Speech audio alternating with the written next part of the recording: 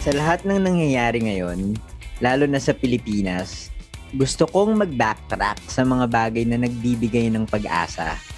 Ito yung pinanghahawakan ko na kahit na anong mangyari, sigurado ako that there will be something good kahit papaano. At least sa circles na ginagalawan natin bilang mga siklista. At least based on history. Especially sa mga nangyari noong mga nakaraang taon. Let's look back and recall the good things. Literal na kabutihan. The hope that I have and I hold on to coming from the bike community. This is Lester Babiera and you're listening to Tambike Session, an anima podcast. Naniniwala ako na cyclists are innately good. Bakit? Una, kasi they've chosen this humble vehicle for their transport, hobby, and even for short rides. Natutunan ko yan kay Kuya H, the veteran journalist Howie Severino. Sabi niya, biking is humbling. That it's humbling, but at the same time, you're doing the right thing. It's helping the environment, saves space in the city, reduces noise pollution. We all know that. At yun pa lang, gumagawa na ng kabutihan in their own small ways ang mga siklista. Pero hindi lang yun eh. They go beyond that. Yung mga sinabi ko, that's an unconscious and given way of helping out. Siguro dahil exposed ang mga bikers sa paligid nila na madaling maka-empathize sa mga tao around them kumpara kung kulong sila sa loob ng sasakyan. Makikita mo with all your senses, kung ano yung nangyayari sa paligid mo. In most cases, kapag nakakita ka ng injustices na nadadaanan mo habang nagbabike, whether it's poverty, violence, or inequality sa iba't ibang aspekto ng buhay, hindi mo mapipigilang maantig. And this feeling can lead to helping other people. Kahit simple lang na makwento mo sa kaibigan mo yung mali, i-post mo sa social media, o bigyan mo ng literal na tulong sa abot ng iyong makakaya. Sa mga listeners natin ngayon, sa mga hindi may alam, I run the cycling website First Bike Ride. 2 years ago, nung ginawa ko yung social media pages ng First Bike Ride, hindi ko naman iniisip na magiging active advocacy ko na pala to and that the advocacy will go beyond advocating cycling as a form of transport. Over the years, nakita ko yung kabaitan ng community na na-form ng First Bike Ride on social media. Naalala ko, yung una kong pinost na non-cycling advocacy ay about catcalling. Meron akong feature na isang biker who got catcalled on the streets dahil nakasuot siya ng activewear. Medyo malala yun eh. I was with her, tapos naramdaman ko talaga yung feeling na kinakatcall yung isang babae. I know they had worse. Pero that moment, sobrang galit talaga ako. So nag-post ako, kwento ko yung nangyari, and then merong call to action about ending catcalling. Tapos, it resonated with the audience. Sa mga siklista, smaller pa yung numbers ng First Bike Ride noon kumpara ngayon, pero relatively madaming shares and comments. Doon ko na feel na, ay wow, this is nice. Everyone's helping out to spread this call of ending catcalling on the streets. Those little acts of sharing are something big for me. Kasi 'di ba, when you share something, at least someone might see it and then hopefully kung matamaan sila, magbago yung ugali nila. Ang dami ring nangyaring ganyan na sinishare ng mga tao yung mga simpleng post at yung iba, tumutulong talaga. Halimbawa, recently, may nawawalang siklista. Literal na hindi siya mahanap. Nakita siya eventually dahil ang daming nagpo-post sa social media looking for that person. Those little things, I think, it goes a long way. Yung mismong sharing of rights of cyclists nga on the road on social media and in real life kapag may kausap ka na ibang tao, naging susi rin yun kung bakit mas naging aware yung ibang road users. Lalo na yung mga motorista sa presence ng mga bisikleta on the road. But it's more than the simple actions. Siguro, isa sa mga una naming initiatives na ginawa talaga na may impact, at least para sa akin and I guess may active participation from my followers and audience, ay yung nag-donate kami noong February 2021 sa mga AITAs of Pampanga. Here's a short story. Isang beses, nagbabike kami ni Marty Salva sa Clark and Angeles. Napadpad kami sa Sitio Target sa Sapang Bato. Doon, na-meet namin yung isang 13-year-old girl na si Dinah. Isa siyang Aita doon sa area nila, sa community nila. Gusto niya subukan yung mga road bike namin. Tapos, nakwento niya sa amin na wala raw siyang bike. Pag-uwi ko, pinost ko yung story niya on social media without knowing na suddenly, yung mga followers namin sa Instagram, sinuggest nila na, uy, bigyan natin ng bike si Diana. Sa totoo lang, nung una, ayoko sana siyang gawin kasi it's an extra effort eh. But eventually, I agreed. Parang nagkaroon ng feeling na, oo nga no, parang bigyan na natin siya ng bike kasi baka kailanganin niya and at the same time, it can empower her. So I agreed and then nag-open ako ng donation drive that evening. Alam nyo, natapos yung gabi na 30 pesos lang yung nag-send sa GCash account ng first bike ride. So medyo sumakit ulo ko ng slight kasi hindi naman mura yung bike, di ba? Tapos 30 pesos lang yung na-donate. So sabi ko, sige na nga, abonuhan ko na to. Okay lang. Pero you know what? Before I sleep that evening, may nag-message sa akin na magpe-pledge daw siya ng bisikleta. Kinabukasan, pumunta ako dun sa bahay nila and kinuha ko yung bike na ibibigay para kay Dinah. So parang okay na ako. Kinabukasan, nung papunta ako dun sa bahay nung donor, naka-receive ako ng message from Kisha Mayuga. Isa siyang cycling advocate. Sabi niya, she's donating 9 bicycles from Life Cycles. Yun yung program na ginawa niya during the pandemic. So sabi ko, grabe, that's amazing. Siyam na bisikleta plus yung isa na dinonate ng donor. So natuwa talaga ako. And I thought na ang saya na hindi lang si Dinah yung makakatanggap nito. Eventually, more donations came and even old bikes were donated. Ang ending, we had 20 bicycles na pinamigay with some safety gears sa mga batang Aitas doon sa Sitio Target sa Sapang Bato. Nakakatuwa yun na makita mo na masaya yung mga nabibigyan ng bikes. In that community, very rare lang na may bisikleta at naniniwala kami that it can empower these kids. Masaya naman sila. Siyempre, masaya rin kami na nakikita naming masaya sila. So immediately, nag-update ako on social media telling all our followers and the donors na nabigay na namin yung mga bisikleta. Eventually, the donation drive went on. Akala ko hanggang doon lang yon. Pero nung anniversary namin, I opened another donation drive. Nagkaroon ng panibagong donation drive yung first bike ride at the end of 2021. So nakalikom kami ng pera and at the same time, nag-decide kami na yung recipients nito will go to different people who really need a bicycle. Yung mga deserving like bike commuters. So far, yung una naming recipient, isang tatay na nanakawan ng bike. Medyo nakakaantig yung story niya kasi ninakaw yung bike niya along with his 9-year-old son. So parang there's this guy, nakitang nagbabike yung anak niya. So tinanga yung bike kasama yung bata. Pero yung bata, iniwan siya somewhere in Tayuman and buti na lang through Facebook, nahanap ng bata yung tatay niya. Para nakigamit siya ng Facebook dun sa isang random sales lady. So, yung bike na yun, ginagamit niya for commuting to his work. So, when we learned about the story, sabi namin, sige, bibigyan ka namin ng bisikleta. Meron din kaming nabigyan na fixie rider na nasunugan ng bahay nung December, parang a few days before Christmas. She bikes to work at yung friend niya ni-request na baka pwede daw mabigyan ng folding bike kasi lumipat sila sa isang small space after the fire tapos hindi kayang mag-accommodate ng bigger bicycle. Another recipient ng bike donation na isang tatay who rides a bike from Mandaluyong to Valenzuela using a dilapidated bike. As in, pinapump niya yun every after few minutes. Kasi yung gulong niya, constantly nawawala ng hangin. There are times na nabubutasan siya tapos wala nang available na vulcanizing shop in the area.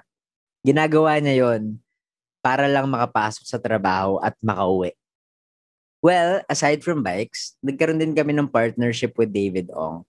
Merong drinks from The Curator and YKW at The Grid, kung saan yung proceeds noon were used to buy helmets and lights, mga safety gear for cyclists. So far, may mga nabigyan kami, like this construction worker from Tanay Rizal and one from Malabon na madaming beses na na-aksidente on the road.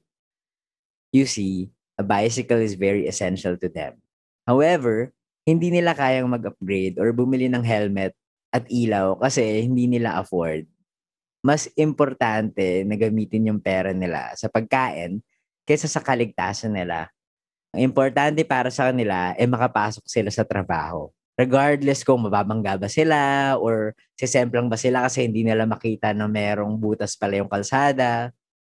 Nagkaroon din kami recently ng partnership with Esteban Cycling Community where people who went to Makati Street Meet last March can donate bike parts.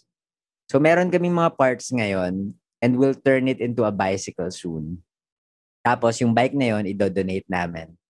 Alam nyo, sa totoo lang, yung tulungan at bayanihan ng mga siklista ay hindi lang nangyayari sa first bike ride community. Even outside our social circles, meron ding mga initiatives. I think one of the most striking community-initiated activities ay yung Share the City campaign that happened in Makati noong 2021 through Esteban Cycling Community. Nagka-issue kasi nun sa Esteban Street kasi hindi pinayagan yung mga bikers na mag-park sa side streets and empty slots for cars. Dapat dun lang sa designated bike racks. So yung mga tao, they had this clamor and question, para kanino ba yung city? Bakit empty space naman yun? So bakit hindi pwedeng paglagyan ng bisikleta?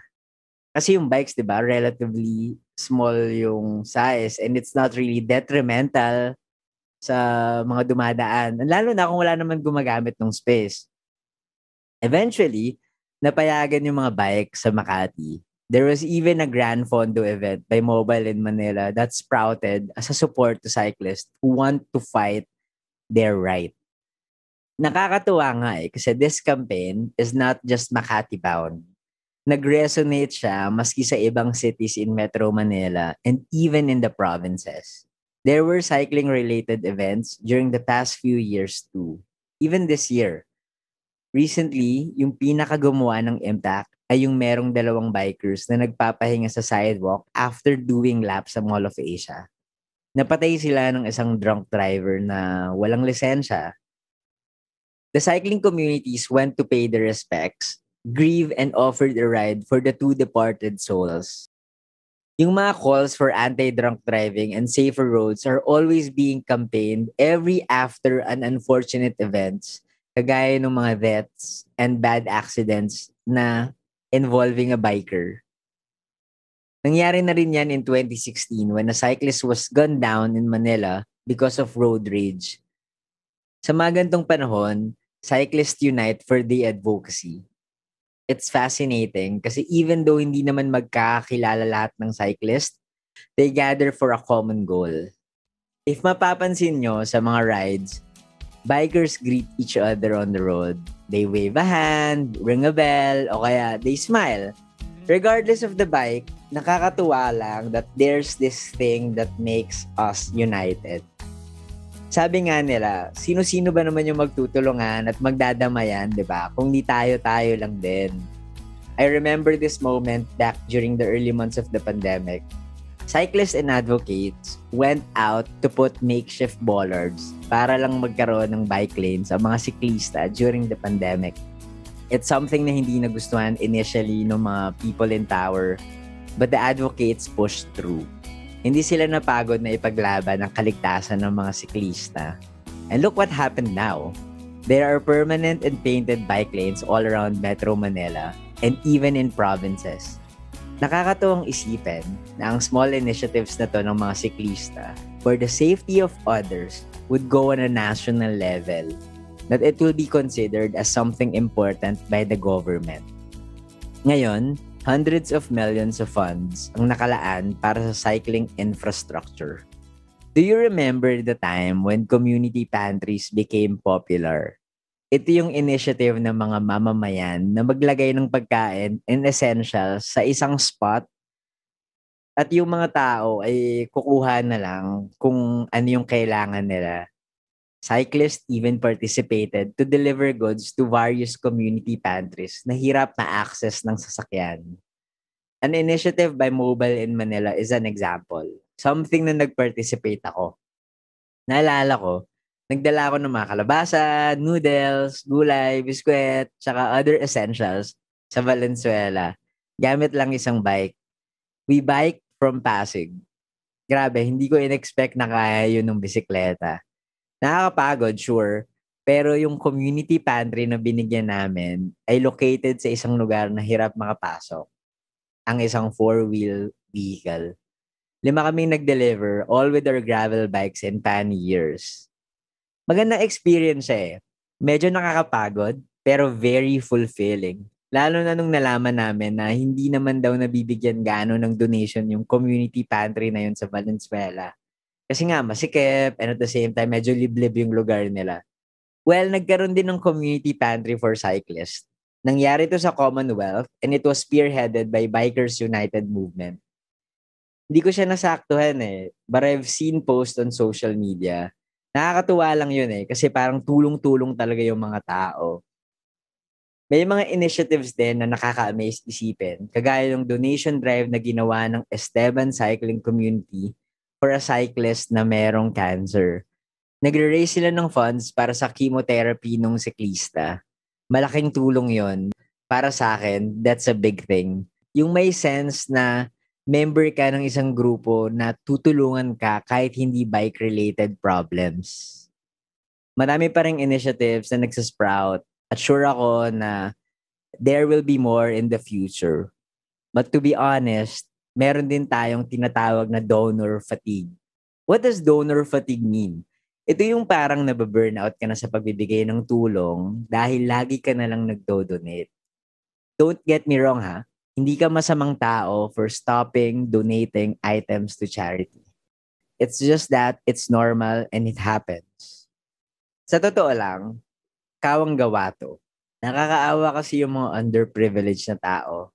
That's one way of at least helping, lalo na kung meron kang sobra. But these things are not our responsibilities.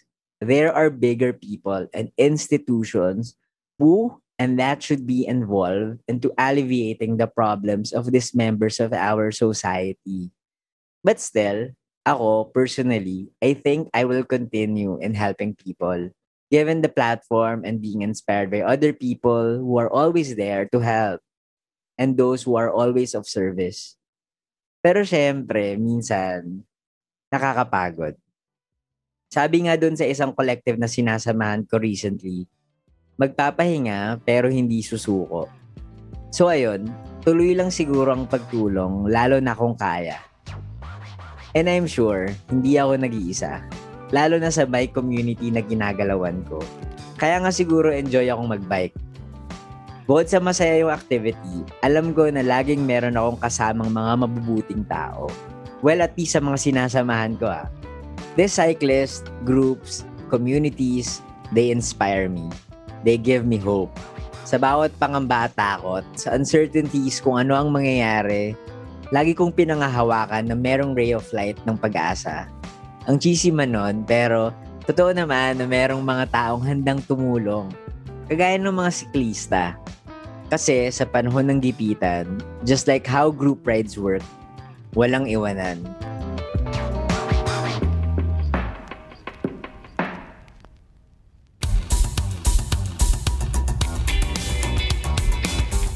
Thank you very much for listening and hopefully na-inspire din kayo ng mga initiatives ng mga cycling groups.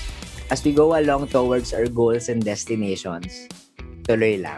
And magkita-kita ulit tayo sa susunod na episode ng Tambike Session.